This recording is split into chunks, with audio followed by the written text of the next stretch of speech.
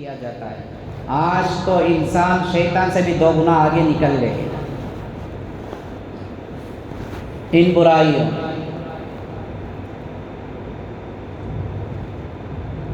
یہ دوستوں بزرگوں بہت ہی خطرناک گناہوں سے بڑا کبیرہ گناہ ہے۔ اور ایک حدیث اللہ کے نبی علیہ الصلوۃ والتسلیم نے فرمایا، انسان کو نیکیاں اور اس کے نیک اعمال صالحہ جو کرتا ہے، یہ حسد کی بیماری اگر اس کے دل میں پیدا ہو گئی تو یہ حسد جو ہے اس کے تمام نیکیوں کو، تمام اعمال کو ایسے ختم کر دیتا ہے جیسے سوکھی لکڑی کو آگ جلا کر راکھ کر دیتی ہے۔ نمازیں، صدقہ و خیرات، عمرے، حج، رمضان کے روزے، سارے نوافل، ان تمام کا کیا بنا، ہمیں غور کرنے کی ضرورت ہے۔ اللہ کے نبی نے فرمایا، سوکھی لکڑی کو جیسے آگ جلا کر راکھ کر دیتی ہے، یہ حسد جیسا گناہ انسان کے تمام اس کے اعمال اور نیکیوں کو ختم کر دیتا ہے۔ یا تو دل میں حسد رہے گا یا تو اعمال رہیں گے۔ دونوں چیزیں ایک مسلمان میں ہیں تو وہ جھوٹ بولتا ہے، کبھی جمع ہی نہیں ہو سکتے۔ یا تو وہ جاہل اور بے ایمان رہے گا، یا پھر نیکوکار رہے گا، یا پھر حاسد رہے گا۔ یہ پہلا گناہ، پہلی نافرمانی اللہ کی ہوئی عالم آسمان میں شیطان نے کی۔ اب وہ جو ہے برائی ساری انسانیت اور بالخصوص مسلمانوں کے اندر بھی پیدا ہو گئی۔ حضور صلی اللہ علیہ وسلم نے فرمایا، وَلَا تَحَاسَدُوا وَكُونُوا عِبَادِ اللَّهِ إِخْوَانًا۔ اس گناہ سے بچ کر، حسد سے بچ کر، اللہ کے بندوں آپس میں بھائی بھائی رہ کر جیا کرو، زندگی گزارو۔ یہ چیز دکھائی نہیں دیتی، کرنے والا کبھی بولتا بھی نہیں کہ مجھے جو ہے سامنے والے سے حسد ہوتا ہے۔ یہ کیا چیز ہے کہ اللہ نے ایک نعمت کسی کو دی، اس میں جائز والا حسد بھی ہے جسے رشک کہتے ہیں۔ یہ صحابہ کرام کے اندر ہوا کرتا تھا، خیر کے واسطے، اللہ اس کے رسول کے واسطے، عبادتوں کے واسطے ہو کہ فلانا آدمی اتنا اچھے نیک اعمال کرتا ہے، کاش کہ اللہ مجھے بھی توفیق دے دے میں بھی کروں، یہ رشک کہتے ہیں۔ یہ جائز ہے۔ اور اللہ سے مانگی جائے نعمتیں، وہ جائز۔ اتنے بڑے روپیے والا ہوگا ہی، اللہ نے مجھے نہیں دی، میرے پاس نہیں تو بھی صحیح، اس کے پاس بھی نہیں رہتے تو اچھا رہتا، یہ حسد ہے۔ ایسے بنگلے میں جی رہا ہے، میرے پاس چھوٹا سا مکان ہے، مجھے مکان نہیں ملا تبھی کوئی پرواہ نہیں، لیکن اس کے پاس بھی نہیں رہنا تھا، بڑا اچھا رہتا۔ میرے دکان میں رہے تو بیپار کا نام و نشان ہی نہیں، سامنے والے کی دیکھو گراہکوں کی تو کوئی حد ہی نہیں ہے، کیسے بیپار چل رہے ہیں، کیسی کمائی اس کی ہو رہی ہے۔ نہیں ہوا تو صحیح ہے، مجھے بھی نہیں ہو رہا، اس سے بھی نہیں ہونا، لیکن اس سے کیوں ہو رہا؟ اس طرح کے سمجھے آپ مسائل کتنے بے شمار ہمیں معلوم ہوتے ہیں۔ یہ حسد ہے، یہ جلن ہے، اللہ تبارک و تعالیٰ کو یہ چیز پسند نہیں، اللہ کے نبی کو بھی پسند نہیں۔ یہ سوچ رکھتے ہوئے، یہ عمل کرتے ہوئے، نیک اعمال کتنے بھی کر لیں وہ تباہ ہوتے جائیں گے، وہ برباد ہوتے جائیں گے۔ ہم نے نمازیں پڑھ رہے ہیں، باہر گئے سامنے والے کو دیکھ کر دل میں جو ہے حسد کر رہے ہیں، مسجد میں پڑھی ہوئی نمازوں کا کیا حال ہوا؟ وہ اس کے بدلے میں تباہ ہو گئی۔ یہ ایسی گناہ ہیں، یہ ایسی چیزیں ہیں، اللہ کے نبی صلی اللہ علیہ وسلم نے بہت ساری جگہوں سے بچنے کی تاکید فرمائی۔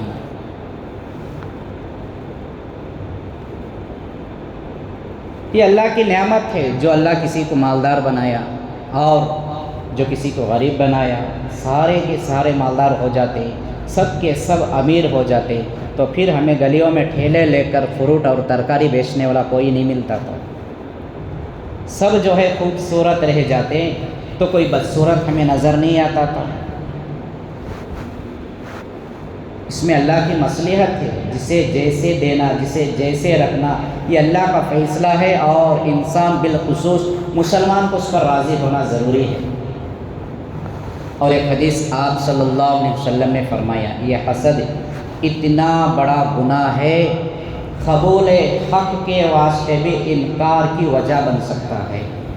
قبول حق کیا ہے؟ اسلام ہے، دین ہے، دین کے اعمال ہیں اور شریعت کی تعلیم ہے۔ اس سے انکار کی وجہ، اس سے انکار کا ذریعہ حسد والا گناہ بن سکتا ہے۔ آپ نے فرمایا، کھل کر مثال عرض کروں میں، کروڑوں کی تعداد میں مسلمان ہیں، کسی کو اسلامی لباس پہننے کی، اس کی عادت ڈالنے کی، اس سنت کو جو ہے زندہ کرنے کی تعلیم دی جائے تو سب سے پہلے یہی چیز دل میں پیدا ہوتی ہے۔ ایک کہاں 20-30 50 روپے میٹر کا کپڑا پہن کر، سفید والا پہن کر چلتے، بہترین ریمنڈس کا پہننے والے، بہترین ہم جو ہے قیمتی لباس پہنیں گے، سفاری پہنیں گے، شیروانی پہنیں گے۔ کہتا تو نہیں، وہاں انسان کے دل میں یہ چیز پیدا ہوتی ہے کہ یہ کم ہے، یہ زیادہ ہے، سامنے والے کی حالت کم تر ہے، میری حالت زیادہ ہے۔ حق بات پر قبول حق کے واسطے انکار جو بنتا ہے، یہ حسد والا گناہ ہے۔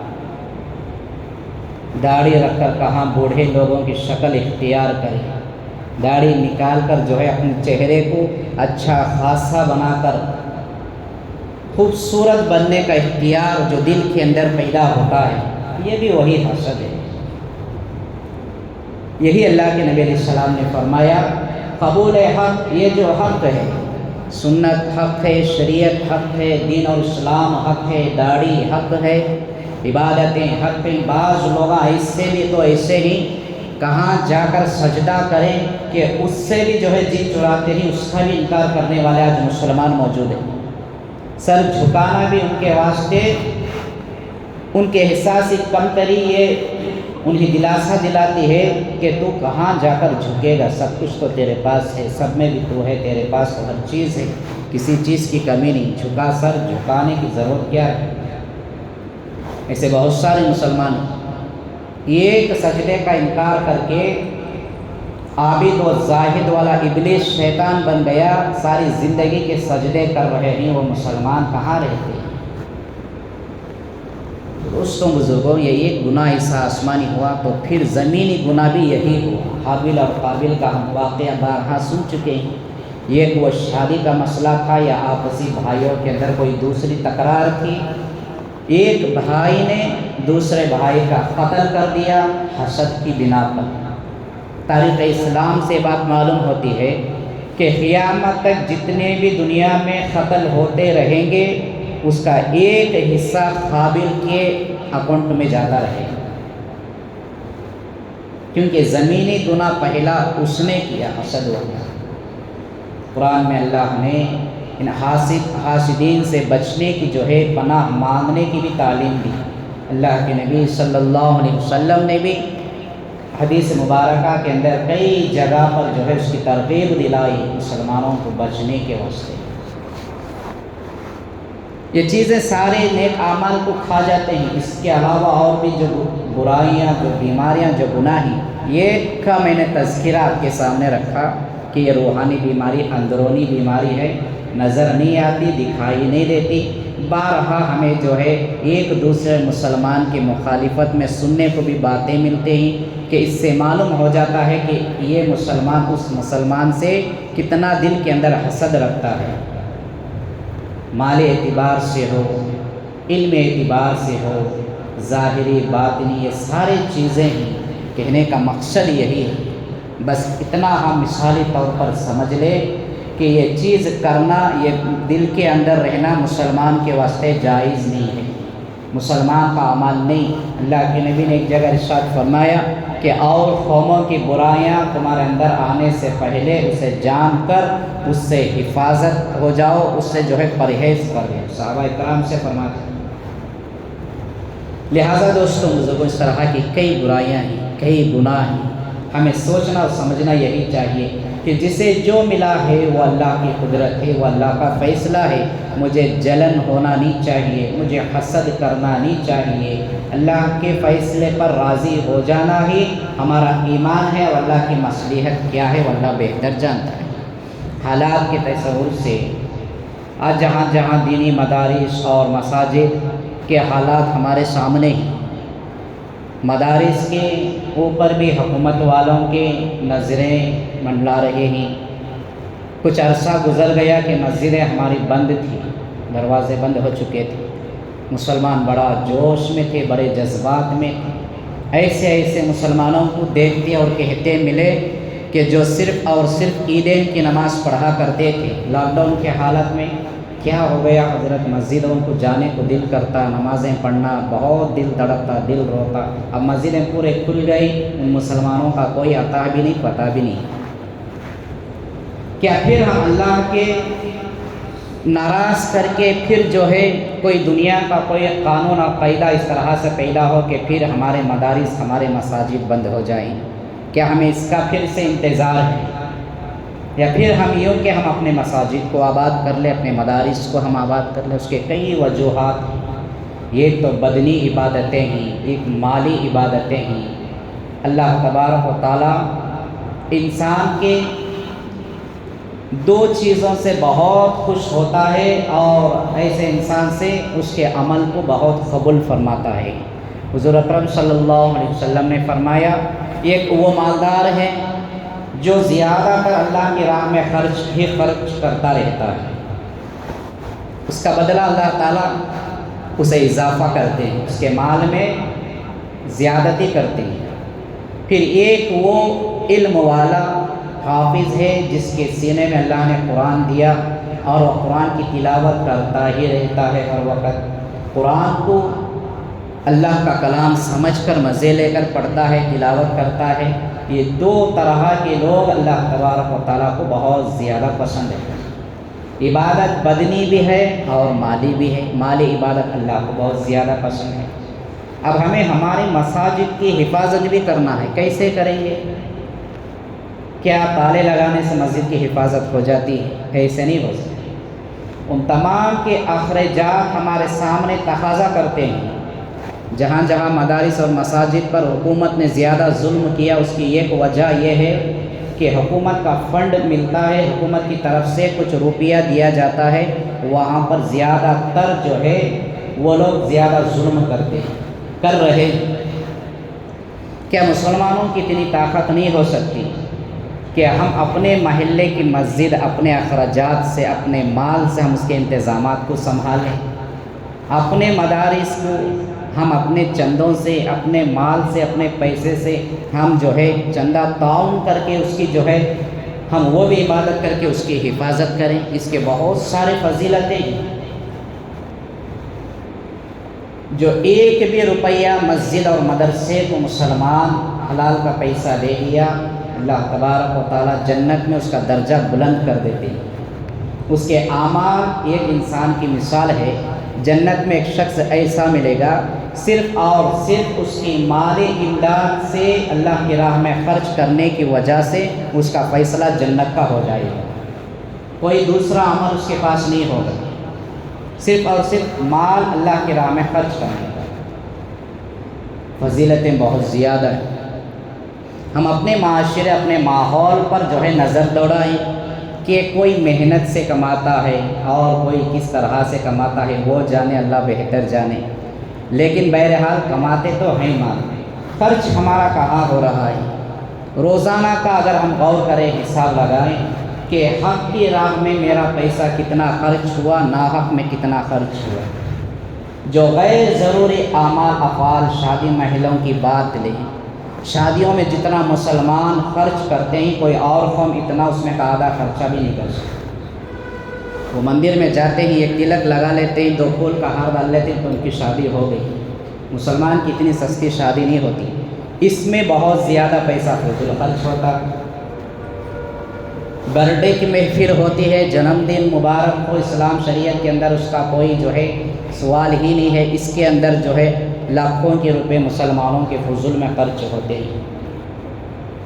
ان تمام کے علاوہ سوشل میڈیا کی ایک بیماری، اس کے اوپر جو ہے بغیر دیکھے دکھائے ہم یقین اور بھروسہ کرتے ہیں۔ حال ہی میں کچھ دن پہلے ایک ویڈیو میسج چلا، ٹمکور کے کسی علاقے کی طرف کسی ایک جو ہے جوان لڑکی کی بیماری کے واسطے 2.5 لاکھ روپے کی ضرورت ہے، بولے اس میں باقاعدہ mobile number, account number, Google Pay, PhonePe سارے نمبرات آ گئے۔ پھر کچھ دن کے بعد وہی میسج آیا کہ اب پیسے ڈالنا بند کر دو۔ 2.5 لاکھ روپے کی ضرورت تھی، 5.5 لاکھ روپے جمع ہو گئے۔ باقی روپیوں کا وہ کیا کریں گے اور یہ کہاں سے کتنے کس طرح سے چلے گئے یہ الگ بات ہے، لیکن کیا صحیح کیا غلط ہے کسی نے دیکھا بھی نہیں ہوتا۔ بارہا زیادہ فضول میں ہمارا پیسہ چلے جاتا ہے۔ کہنے کا مقصد یہی ہے کہ ہر اس محلے کے مسلمانوں کی ذمہ داری ان کے محلے کی مسجد کی پہلے بنتی ہے۔ ان فضولات میں ہم جانے سے زیادہ بہتر ہے کہ ہمارے مساجد کی جو ہے ہم اس پر توجہ زیادہ دیں۔ اب ہم ماشاءاللہ اتنی بڑی عالی شان ہمارے محلے کی مسجد ہے، ایک آج کے ماحول میں ایک گھر کا جو ہے سنسار چلنا، گھریلو اخراجات چلنا کتنی مشکل ہے، جو چلاتے ہیں انہوں بخوبی جانتے ہیں۔ اتنی بڑی مسجد کا چلنا تمام اخراجات کے ساتھ، یہ چھوٹے موٹے جو ہے چندوں سے یہ ناممکن ہے۔ ماہانہ چندہ ہماری مسجد کے ذمہ داران پورا ہمارے گاؤں میں کرتے ہیں، اس کا لگ بھگ جو چندہ ہوتا ہے پورے اخراجات مہینے کے نہیں نکل سکتے۔ کہنے کی کھلی بات الفاظات میں یہ ہے کہ جو دکاندار حضرات کی ماہانہ چندہ دینے والے اپنے اندر عزائم کریں، نیتوں کو بڑھائیں اور چندہ دینے میں جو ہے رقم میں بھی بڑھوتری کریں۔ دوسرا مسئلہ یہ کہ جمعہ میں جب آ جاتے ہیں تو یہ سوچ کر کہ مسجد کے واسطے میرا پیسہ اتنا لگ جائے، اللہ اس میں میری مال کی حفاظت بھی کرے، دوسرے جو ہے پیسے میں اس میں زیادتی کرے، اس لیے خیر کی نیک اچھی نیت سے جمعہ میں آتے ہیں تو بارہا اعلانات بھی نہیں ہوتے، نہیں چندے کے ہماری مسجد میں نہیں ہوتے۔ اب کہنے کی ضرورت پڑ گئی ہے تو ہمیں خود غور کر لینے کی ہمیں خود ضرورت ہے، ہمیں احساس اس کے کرنے کی۔ جو ہمارے مقامی محلے کے ہیں، جو دکاندار ہیں اور جو جمعہ میں ہمارے مسافر لوگ بھی آتے ہیں، کہ زیادہ سے زیادہ اس بات کا خیال رکھیں کہ ہماری اس مسجد کے واسطے چندے کا زیادہ سے زیادہ دینے کی اپنے دل کے اندر سوچیں۔ دوسرا اعلان یہ تو میں کر دوں کہ مدرسہ چنتامنی کا دارالعلوم صدیقیہ، بہت سارے لوگ اسے جانتے ہیں، چیلور روڈ میں جو ہے سیدھی جانب میں کسان فیکٹری کے اندر جو مدرسہ چلتا ہے، کئی سالوں سے چل رہا ہے، 50 طلبہ اس کے اندر زیر تعلیم حاصل کرتے ہیں۔ غریب مدرسہ ہے، کوئی آمدنی کا ذریعہ نہیں ہے، پھر ان کا بھی ہے جاتے ہوئے نماز کے بعد میں ان کا بھی خیال کرتے ہوئے جائیں۔ تیسرا چھوٹا اعلان یہ ہے گمشدگی کا۔ ایک ہفتہ ہو گیا، ایک کسی صاحب کی انگوٹھی مسجد کے ذمہ دار ساتھی کو ملی ہوئی ہے، ملی بول کر ذہن میں رکھ لینا، ہمارا سمجھ لینا بھی ضروری نہیں ہے، تو اسے آپ کے سامنے عرض کرنا بھی ضروری ہے۔ انگوٹھی ملی ہے، چاندی کی ہے، وہ 1 روپے کی ہو 1000 روپے کی ہو، امانت امانت ہے، کس کی چیز ہے وہ اسے مل جانا ضروری ہے۔ شریعت کا مسئلہ بھی یہی ہے۔ اگر آپ میں سے کسی صاحب کی ہے یا پھر آپ کو کسی نے کہا بھی ہو کہ میری چیز نے میری گم ہو گئی ہے، اس کی نشاندہی کرتے ہوئے نماز کے بعد اگر کسی کی ہے تو وہ حاصل کر لے۔ اور بہت ساری ضروری باتیں کہ وقت کا تقاضا، سنی ہوئی باتوں پر اللہ تعالیٰ مجھے اور آپ کو کہنے اور سننے سے زیادہ بے انتہا عمل کی توفیق عطا فرمائے۔ آمین وآخر دعوانا الحمد للہ رب العالمین۔ سنتے ہیں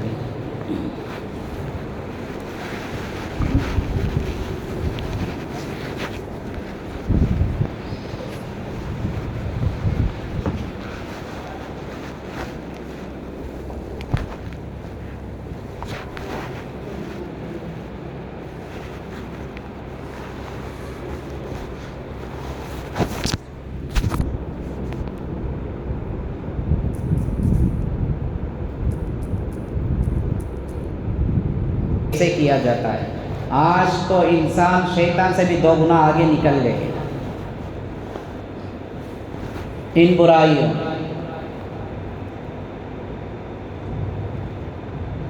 یہ دوستوں بزرگوں بہت ہی خطرناک گناہوں سے بڑا کبیرہ گناہ ہے۔ اور ایک حدیث اللہ کے نبی علیہ الصلوۃ والتسلیم نے فرمایا انسان کو نیکیاں اور اس کے نیک اعمال صالحہ جو کرتا ہے، یہ حسد کی بیماری اگر اس کے دل میں پیدا ہو گئی تو یہ حسد جو ہے اس کے تمام نیکیوں کو، تمام اعمال کو ایسے ختم کر دیتا ہے جیسے سوکھی لکڑی کو آگ جلا کر راکھ کر دیتی ہے۔ نمازیں، صدقہ و خیرات، عمرے، حج، رمضان کے روزے، سارے نوافل، ان تمام کا کیا بنا، ہمیں غور کرنے کی ضرورت ہے۔ اللہ کے نبی نے فرمایا سوکھی لکڑی کو جیسے آگ جلا کر راکھ کر دیتی ہے، یہ حسد جیسا گناہ انسان کے تمام اس کے اعمال اور نیکیوں کو ختم کر دیتا ہے۔ یا تو دل میں حسد رہے گا یا تو اعمال رہیں گے۔ دونوں چیزیں ایک مسلمان میں ہیں تو وہ جھوٹ بولتا ہے، کبھی جمع ہی نہیں ہو سکتے۔ یا تو وہ جاہل اور بے ایمان رہے گا، یا پھر نیکوکار رہے گا، یا پھر حاسد رہے گا۔ یہ پہلا گناہ، پہلی نافرمانی اللہ کی ہوئی عالم آسمان میں شیطان نے کیا۔ اب وہ جو ہے برائی ساری انسانیت اور بالخصوص مسلمانوں کے اندر بھی پیدا ہو گئی۔ حضور صلی اللہ علیہ وسلم نے فرمایا وَلَا تَحَاسَدُوا وَكُونُوا عِبَادِ اللَّهِ إِخْوَانًا۔ اس گناہ سے بچ کر، حسد سے بچ کر، اللہ کے بندوں آپس میں بھائی بھائی رہ کر جیا کرو، زندگی گزارو۔ یہ چیز دکھائی نہیں دیتی، کرنے والا کبھی بولتا بھی نہیں کہ مجھے جو ہے سامنے والے سے حسد ہوتا ہے۔ یہ کیا چیز ہے کہ اللہ نے ایک نعمت کسی کو دی، اس میں جائز والا حسد بھی ہے جسے رشک کہتے ہیں۔ یہ صحابہ اکرام کے اندر ہوا کرتا تھا، خیر کے واسطے، اللہ اس کے رسول کے واسطے، عبادتوں کے واسطے ہو کہ فلانا آدمی اتنا اچھے نیک اعمال کرتا ہے، کاش کہ اللہ مجھے بھی توفیق دے دے میں بھی کروں، یہ رشک کہتے ہیں۔ یہ جائز ہے۔ اور اللہ سے مانگی جائے نعمتیں، وہ جائز۔ اتنے بڑے روپیے والا ہوگا ہی، اللہ نے مجھے نہیں دی، میرے پاس نہیں تو بھی صحیح، اس کے پاس بھی نہیں رہتے تو اچھا رہتا، یہ حسد ہے۔ ایسے بنگلے میں جی رہا ہے، میرے پاس چھوٹا سا مکان ہے، مجھے مکان نہیں ملا تبھی کوئی پرواہ نہیں، لیکن اس کے پاس بھی نہیں رہنا تھا، بڑا اچھا رہتا۔ میرے دکان میں رہے تو بیپار کا نام و نشان ہی نہیں، سامنے والے کی دیکھو گراہکوں کی تو کوئی حد ہی نہیں ہے، کیسے بیپار چل رہے ہیں، کیسی کمائی اس کی ہو رہی ہے۔ نہیں ہوا تو صحیح ہے، مجھے بھی نہیں ہو رہا، اس سے بھی نہیں ہونا، لیکن اس سے کیوں ہو رہا؟ اس طرح کے سمجھے آپ مسائل کتنے بے شمار ہمیں معلوم ہوتے ہیں۔ یہ حسد ہے، یہ جلن ہے، اللہ تبارک و تعالیٰ کو یہ چیز پسند نہیں، اللہ کے نبی کو بھی پسند نہیں۔ یہ سوچ رکھتے ہوئے، یہ عمل کرتے ہوئے نیک اعمال کتنے بھی کر لیں وہ تباہ ہوتے جائیں گے، وہ برباد ہوتے جائیں گے۔ ہم نے نمازیں پڑھ رہے ہیں، باہر گئے سامنے والے کو دیکھ کر دل میں جو ہے حسد کر رہے ہیں، مسجد میں پڑھی ہوئی نمازوں کا کیا حال ہوا؟ وہ اس کے بدلے میں تباہ ہو گئی۔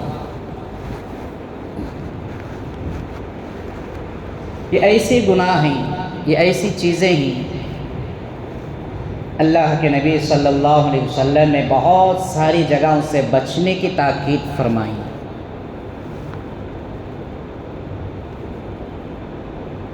یہ اللہ کی نعمت ہے، جو اللہ کسی کو مالدار بنایا اور جو کسی کو غریب بنایا، سارے کے سارے مالدار ہو جاتے، سب کے سب امیر ہو جاتے، تو پھر ہمیں گلیوں میں ٹھیلے لے کر فروٹ اور ترکاری بیچنے والا کوئی نہیں ملتا تھا۔ سب جو ہے خوبصورت رہ جاتے تو کوئی بدصورت ہمیں نظر نہیں آتا تھا۔ اس میں اللہ کی مصلحت ہے، جسے جیسے دینا، جسے جیسے رکھنا، یہ اللہ کا فیصلہ ہے، اور انسان بالخصوص مسلمان کو اس پر راضی ہونا ضروری ہے۔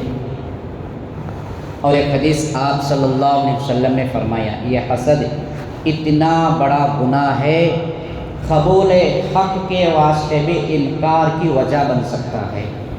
قبول حق کیا ہے؟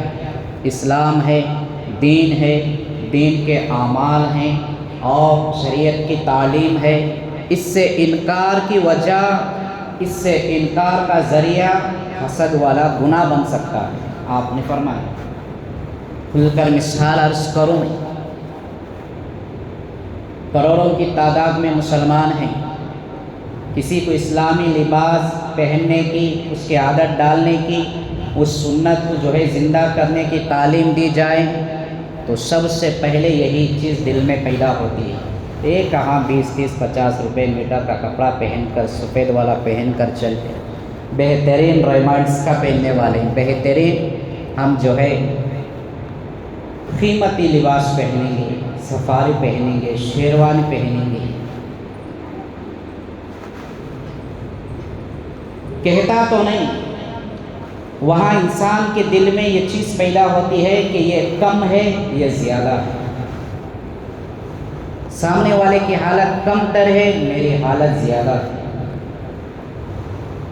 حق بات پر قبول حق کے واسطے انکار جو بنتا ہے، یہ حسد والا گناہ ہے۔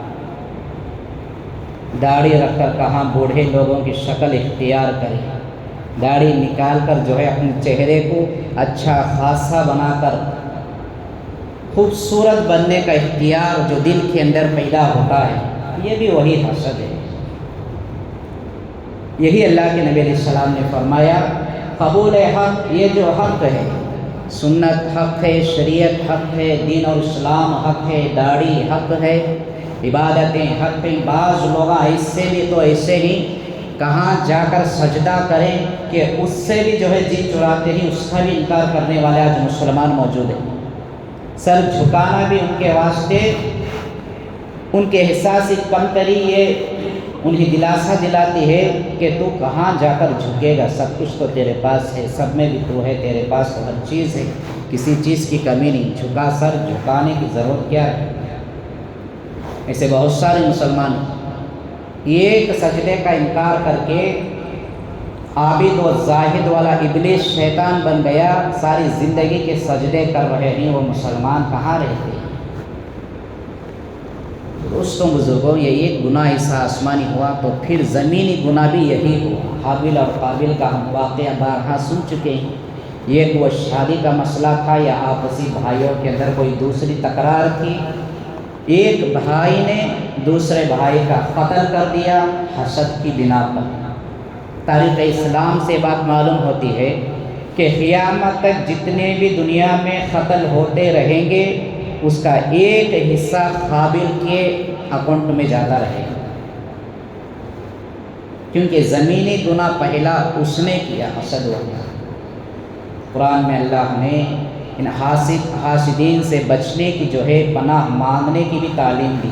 اللہ کے نبی صلی اللہ علیہ وسلم نے بھی حدیث مبارکہ کے اندر کئی جگہ پر جو ہے اس کی ترغیب دلائی مسلمانوں کو بچنے کے واسطے۔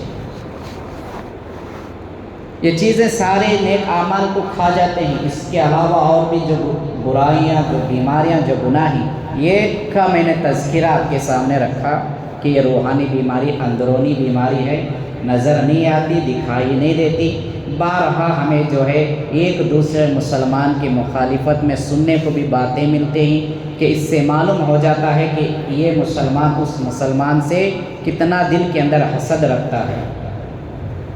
مالی اعتبار سے ہو، علم اعتبار سے ہو، ظاہری باطنی، یہ ساری چیزیں ہیں۔ کہنے کا مقصد یہی ہے، بس اتنا ہم مثالی طور پر سمجھ لے کہ یہ چیز کرنا، یہ دل کے اندر رہنا مسلمان کے واسطے جائز نہیں ہے، مسلمان کا عمل نہیں۔ اللہ کے نبی نے ایک جگہ ارشاد فرمایا کہ اور قوموں کی برائیاں تمہارے اندر آنے سے پہلے اسے جان کر اس سے حفاظت ہو جاؤ، اس سے جو ہے پرہیز کر لو۔ صحابہ کرام سے فرماتے ہیں۔ لہٰذا دوستوں بزرگوں، اس طرح کی کئی برائیاں ہیں، کئی گناہ ہیں، ہمیں سوچنا اور سمجھنا یہی چاہیے کہ جسے جو ملا ہے وہ اللہ کی قدرت ہے، وہ اللہ کا فیصلہ ہے۔ مجھے جلن ہونا نہیں چاہیے، مجھے حسد کرنا نہیں چاہیے۔ اللہ کے فیصلے پر راضی ہو جانا ہی ہمارا ایمان ہے، اور اللہ کی مصلحت کیا ہے وہ اللہ بہتر جانتا ہے۔ حالات کے تصور سے آج جہاں جہاں دینی مدارس اور مساجد کے حالات ہمارے سامنے ہیں، مدارس کے اوپر بھی حکومت والوں کے نظریں منڈلا رہے ہیں۔ کچھ عرصہ گزر گیا کہ مسجدیں ہماری بند تھیں، دروازے بند ہو چکے تھے، مسلمان بڑا جوش میں تھے، بڑے جذبات میں تھے۔ ایسے ایسے مسلمانوں کو دیکھتے اور کہتے ملے کہ جو صرف اور صرف عیدین کی نماز پڑھا کرتے تھے، لاک ڈاؤن کے حالت میں کیا ہو گیا حضرت، مسجدوں کو جانے کو دل کرتا، نمازیں پڑھنا بہت دل تڑپتا، دل روتا۔ اب مسجدیں پورے کھل گئی، ان مسلمانوں کا کوئی عطا بھی نہیں، پتہ بھی نہیں۔ کیا پھر ہم اللہ کے ناراض کر کے پھر جو ہے کوئی دنیا کا کوئی قانون اور قاعدہ اس طرح سے پیدا ہو کہ پھر ہمارے مدارس ہمارے مساجد بند ہو جائیں؟ کیا ہمیں اس کا پھر سے انتظار ہے؟ یا پھر ہم یوں کہ ہم اپنے مساجد کو آباد کر لیں، اپنے مدارس کو ہم آباد کر لیں؟ اس کے کئی وجوہات ہیں۔ یہ تو بدنی عبادتیں ہیں، ایک مالی عبادتیں ہیں۔ اللہ تبارک و تعالیٰ انسان کے دو چیزوں سے بہت خوش ہوتا ہے، اور ایسے انسان سے اس کے عمل کو بہت قبول فرماتا ہے۔ حضور اکرم صلی اللہ علیہ وسلم نے فرمایا، ایک وہ مالدار ہے جو زیادہ تر اللہ کی راہ میں خرچ کرتا رہتا ہے، اس کا بدلہ اللہ تعالیٰ اسے اضافہ کرتے ہیں، اس کے مال میں زیادتی کرتے ہیں۔ پھر ایک وہ علم والا حافظ ہے جس کے سینے میں اللہ نے قرآن دیا، اور وہ قرآن کی تلاوت کرتا ہی رہتا ہے ہر وقت، قرآن کو اللہ کا کلام سمجھ کر مزے لے کر پڑھتا ہے، تلاوت کرتا ہے۔ یہ دو طرح کے لوگ اللہ تبارک و تعالیٰ کو بہت زیادہ پسند ہے۔ عبادت بدنی بھی ہے اور مالی بھی ہے، مالی عبادت اللہ کو بہت زیادہ پسند ہے۔ اب ہمیں ہمارے مساجد کی حفاظت بھی کرنا ہے، کیسے کریں گے؟ کیا تالے لگانے سے مسجد کی حفاظت ہو جاتی ہے؟ ایسے نہیں ہو سکتی۔ ان تمام کے اخراجات ہمارے سامنے تقاضا کرتے ہیں۔ جہاں جہاں مدارس اور مساجد پر حکومت نے زیادہ ظلم کیا، اس کی ایک وجہ یہ ہے کہ حکومت کا فنڈ ملتا ہے، حکومت کی طرف سے کچھ روپیہ دیا جاتا ہے، وہاں پر زیادہ تر جو ہے وہ لوگ زیادہ ظلم کر رہے ہیں۔ کیا مسلمانوں کی اتنی طاقت نہیں ہو سکتی کہ ہم اپنے محلے کی مسجد اپنے اخراجات سے، اپنے مال سے ہم اس کے انتظامات کو سنبھالیں؟ اپنے مدارس کو ہم اپنے چندوں سے، اپنے مال سے، اپنے پیسے سے ہم جو ہے چندہ تعاون کر کے اس کی جو ہے ہم وہ بھی عبادت کر کے اس کی حفاظت کریں؟ اس کے بہت سارے فضیلتیں ہیں۔ جو ایک بھی روپیہ مسجد اور مدرسے کو مسلمان حلال کا پیسہ دے دیا، اللہ تبارک و تعالیٰ جنت میں اس کا درجہ بلند کر دیتے ہیں۔ اس کے اعمال ایک انسان کی مثال ہے، جنت میں ایک شخص ایسا ملے گا صرف اور صرف اس کی مالی امداد سے، اللہ کی راہ میں خرچ کرنے کی وجہ سے اس کا فیصلہ جنت کا ہو جائے گا۔ کوئی دوسرا عمل اس کے پاس نہیں ہوگا، صرف اور صرف مال اللہ کی راہ میں خرچ کرنے کا۔ فضیلتیں بہت زیادہ ہیں۔ ہم اپنے معاشرے، اپنے ماحول پر جو ہے نظر دوڑائیں کہ کوئی محنت سے کماتا ہے اور کوئی کس طرح سے کماتا ہے، وہ جانے، اللہ بہتر جانے۔ لیکن بہرحال کماتے تو ہیں مال، خرچ ہمارا کہاں ہو رہا ہے؟ روزانہ کا اگر ہم غور کریں، حساب لگائیں کہ حق کی راہ میں میرا پیسہ کتنا خرچ ہوا، ناحق میں کتنا خرچ ہوا۔ جو غیر ضروری اعمال افعال، شادی محلوں کی بات لیں، شادیوں میں جتنا مسلمان خرچ کرتے ہیں کوئی اور قوم اتنا اس میں کا آدھا خرچہ بھی نہیں کر سکتا۔ وہ مندر میں جاتے ہی ایک تلک لگا لیتے ہیں، 2 پھول کا ہار ڈال لیتے ہیں تو ان کی شادی ہو گئی۔ مسلمان کی اتنی سستی شادی نہیں ہوتی، اس میں بہت زیادہ پیسہ فضول خرچ ہوتا۔ برتھ ڈے کی محفل ہوتی ہے، جنم دن مبارک ہو، اسلام شریعت کے اندر اس کا کوئی جو ہے سوال ہی نہیں ہے، اس کے اندر جو ہے لاکھوں کے روپے مسلمانوں کے فضول میں خرچ ہوتے ہیں۔ ان تمام کے علاوہ سوشل میڈیا کی ایک بیماری، اس کے اوپر جو ہے بغیر دیکھے دکھائے ہم یقین اور بھروسہ کرتے ہیں۔ حال ہی میں کچھ دن پہلے ایک ویڈیو میسج چلا ٹمکور کے کسی علاقے کی طرف کسی ایک جو ہے جوان لڑکی کی بیماری کے واسطے 2.5 لاکھ روپے کی ضرورت ہے بول، اس میں باقاعدہ mobile number, account number, Google Pay, PhonePe سارے نمبرات آ گئے۔ پھر کچھ دن کے بعد وہی میسج آیا کہ اب پیسے ڈالنا بند کر دو۔ 2.5 لاکھ روپے کی ضرورت تھی، 5.5 لاکھ روپے جمع ہو گئے۔ باقی روپیوں کا وہ کیا کریں گے اور یہ کہاں سے کتنے کس طرح سے چلے گئے یہ الگ بات ہے، لیکن کیا صحیح کیا غلط ہے کسی نے دیکھا بھی نہیں ہوتا۔ بارہا زیادہ فضول میں ہمارا پیسہ چلے جاتا ہے۔ کہنے کا مقصد یہی ہے کہ ہر اس محلے کے مسلمانوں کی ذمہ داری ان کے محلے کی مسجد کی پہلے بنتی ہے۔ ان فضولات میں ہم جانے سے زیادہ بہتر ہے کہ ہمارے مساجد کی جو ہے ہم اس پر توجہ زیادہ دیں۔ آج ہم ماشاءاللہ اتنی بڑی عالی شان ہمارے محلے کی مسجد ہے، ایک آج کے ماحول میں ایک گھر کا جو ہے سنسار چلنا، گھریلو اخراجات چلنا کتنی مشکل ہے، جو چلاتے ہیں انہوں بخوبی جانتے ہیں۔ اتنی بڑی مسجد کا چلنا تمام اخراجات کے ساتھ، یہ چھوٹے موٹے جو ہے چندوں سے یہ ناممکن ہے۔ ماہانہ چندہ ہماری مسجد کے ذمہ داران پورا ہمارے گاؤں میں کرتے ہیں، اس کا لگ بھگ جو چندہ ہوتا ہے پورے اخراجات مہینے کے نہیں نکل سکتے۔ کہنے کی کھلی بات الفاظات میں یہ ہے کہ جو دکاندار حضرات